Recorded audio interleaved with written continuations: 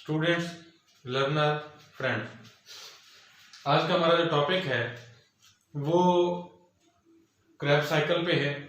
हम अपने channel Jafar biology पे क्रैब साइकिल का बहुत डिस्कस करने जा रहे हैं कि क्रैब साइकिल क्या है, जो कि हमने एक सिलसिला शुरू किया था बायोएनर्जेटिक्स का, रेस्पिरेशन का, एरोबिक और एनारोबिक रेस्पिरेशन का। और ये एरोबिक रेस्पिरेशन में वो जब कि ग्लूकोज की ब्रेकडाउन हो जाती है और ग्लूकोज जो है वो 3 कार्बन कंपाउंड जो है वो पायरुविक एसिड में बदल जाता है, तो देन वो 2 रास्ते चूज करता है, या एनारोबिक रेस्पिरेशन का या एरोबिक रेस्पिरेशन का। तो वो 3 कार्बन कंपाउंड जो है वो पायरुविक एसिड जो है वो डायरेक्ट क्रैब साइकिल में जाने की बजाय, माइटोकॉन्ड्रिया में डायरेक्ट क्रैब साइकिल में जाने की बजाय वो किधर दाखिल होता है जनाब, वो एसिटाइल कोएंजाइम के बनाता है। जब वो बना लेता है, पायरुविक एसिड की जो है वो ऑक्सीडेशन होती है, जब वो बना लेता है देन वो किस में इंटर होता है जनाब, क्रैब साइकिल में इंटर होता है। चूंकि इसको सिट्रिक एसिड साइकिल बोला जाता है, इसमें सिट्रिक एसिड सिट्रेट बनता है, या फिर TCA बोला जाता है, ट्राई कार्बोक्सिलिक एसिड बोला जाता है। लेकिन क्रैब साइकिल इसको इसलिए बोला जाता है क्योंकि इसको दरियाफ्त करने वाले बंदे का नाम जो है वो, साइंटिस्ट का नाम जो है वो क्रैब था। इस वजह से उसके नाम की मुशाबहत की वजह से इसको जो है वो क्रैब साइकिल के नाम से बुलाया जाता है। तो हम बिला तखीर डिस्कस करते हैं अपने जो है वो टॉपिक क्रैब साइकिल पे। अब होता क्या है कि हमने प्रीवियस लेक्चर में डिस्कस किया था कि ये एसिटाइल कोएंजाइम A है, ये बन जाता है, इसकी कैसे बनता है, ये पायरुविक जो है एसिड की ऑक्सीडेशन की वजह से बनता है। पायरुविक एसिड की ऑक्सीडेशन की वजह से जो है वो एसिटिक जो वो ये जो एंजाइम बनता है, इसको क्या कहते हैं, एसिटाइल कोएंजाइम A। अब उस एसिटाइल कोएंजाइम A जो है वो फिर इस साइकिल में दाखिल होता है, लेकिन साइकिल में कब दाखिल होता है, जब पीछे उसके पास जो एक्सोलो एसीटेट आ रहा होता है। एक्सोलो एसीटेट क्या है, ये कार्बन जो है वो 4 कार्बन रखता है, जिसके बाद 4 हाइड्रोजन होती हैं और 5 ऑक्सीजन होती है। 4 कार्बन 4 हाइड्रोजन और 5 ऑक्सीजन रखने वाला एक्सोलो एसीटेट जो है वो ये मिलता है किसके साथ, एसिटाइल कोएंजाइम A के साथ। जब एसिटाइल कोएंजाइम A के साथ मिलेगा तो 2 कार्बन वो यहां से लेगा, 2 कार्बन उसे यहां से मिलेंगी, तो ये कार्बन कितनी हो जाएंगी, 6 कार्बन हो जाएंगी। तो अब यहाँ पे इसके पास हाइड्रोजन कितनी थी, 4 हाइड्रोजन थी, तो ये 4 हाइड्रोजन यहां से और लेगा, लेकिन कैसे, 3 हाइड्रोजन ये लेगा, ठीक है, और ये वाटर जो है उसकी वजह से ये हाइड्रोजन यहां से लेगा। हाइड्रोजन लेने के बाद ये 8 हाइड्रोजन बना देगा। पहले इसके पास 5 ऑक्सीजन थी, तो ये ऑक्सीजन यहां से और एसिटाइल कोएंजाइम A से और हाइड्रोजन वाटर से ये लेके क्या है 7 ऑक्सीजन बना देगा। तो ये क्या बन जाएगा, C6H8O7। तो यहाँ पे जो ऑक्सोलो एसीटेट जो है वो मिलेगा एसिटाइल कोएंजाइम A के साथ। इसके मिलने की वजह से जो है वो क्या बना देगा, सिट्रेट बना देगा, जो कि सिट्रिक एसिड होता है, C6H8O7 होता है। और ये किसकी मौजूदगी में होता है, ये एंजाइम की मौजूदगी में होता है। जिस एंजाइम को हम क्या कहते हैं, सिट्रेट सिंथेटेज। क्या कहते हैं इसको, सिट्रेट सिंथेटेज कहते हैं। सिट्रेट जो है वो सिंथेसाइज करने वाला एंजाइम जो सिट्रेट जो है सिंथेज कहलाता है। अब जब सिट्रेट बन जाता है तो सिट्रेट जो है वो 6 कार्बन कंपाउंड है, इसकी डिहाइड्रेशन होती है, 6 कार्बन कंपाउंड की डिहाइड्रेशन होती है। तो क्या करता है, ये वाटर के मॉलिक्यूल को रिमूव करता है। जब वाटर के मॉलिक्यूल को रिमूव करता है तो अल्टीमेटली से बात है कि कार्बन की तादाद में तो कोई फर्क नहीं पड़ेगा। किस पे फर्क पड़ेगा, हाइड्रोजन पे। हाइड्रोजन यहाँ पे 8 है, तो हम जानते हैं कि वाटर की जो रिमूवल है उसमें क्या है, H2O रिमूव होता है, 2 हाइड्रोजन और 1 ऑक्सीजन रिमूव होते हैं। जब 2 हाइड्रोजन 1 ऑक्सीजन रिमूव होते हैं तो यहाँ पे कितना फर्क आएगा, यहाँ पे हाइड्रोजन 8 है तो कितना फर्क आएगा, 2 हाइड्रोजन कम हो जाएंगी। यहाँ पे हाइड्रोजन ऑक्सीजन 7 है, 1 ऑक्सीजन कम हो जाएगा। मतलब जो है वो नया जो कंपाउंड बनेगा अल्टीमेटली क्या बनेगा, C6H6O6 लेके बनेगा। और वो कंपाउंड क्या कहलाता है, सिस अकोनिटेट कहलाता है। सिस अकोनिटेट किसकी वजह से बनता है, जब सिट्रेट की डिहाइड्रेशन होती है, वाटर की रिमूवल होती है, तो बदले में ये 6 कार्बन कंपाउंड बनता है, मगर इसके पास हाइड्रोजन 6 होती है, ऑक्सीजन 6 होती है। किस एंजाइम की मौजूदगी में बनता है, ये अकोनिटेज एंजाइम की मौजूदगी में बनता है, जो कि सिस अकोनिटेट बनाता है। अब ये अकोनिटेज जो है वो क्या करता है, सिस अकोनिटेट बनाता है। फिर इसमें क्या होती है, फिर इसकी हाइड्रेशन होती है।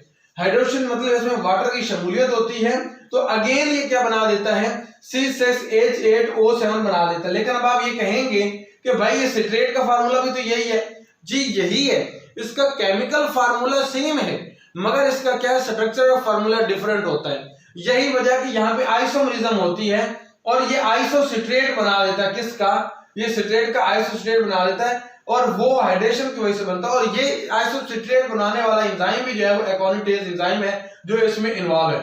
जब आइसोसिट्रेट बन जाता है तो आइसोसिट्रेट बनने के बाद उसमें क्या होती है, डीकार्बोक्सिलेशन होती है, उसमें कार्बन ऑक्साइड जो है वो रिमूव होती है। जब कार्बन ऑक्साइड रिमूव होती है तो यहाँ पे क्या होता है, NAD जो है निकोटीन एडेनिन डाइन्यूक्लियोटाइड जो है ये क्या करता है, ये उसको ऑक्सीडेज के तौर पे एक्ट करता है, ठीक है, ऑक्सीडाइजिंग एजेंट के तौर पे, ऑक्सीडाइजिंग एजेंट के तौर पे एक्ट करता है। तो कैसे ऑक्सीडाइजिंग एजेंट के तौर पे एक्ट करता है कि ये इसमें से आइसोसिट्रेट में से क्या करेगा, हाइड्रोजन ले लेगा।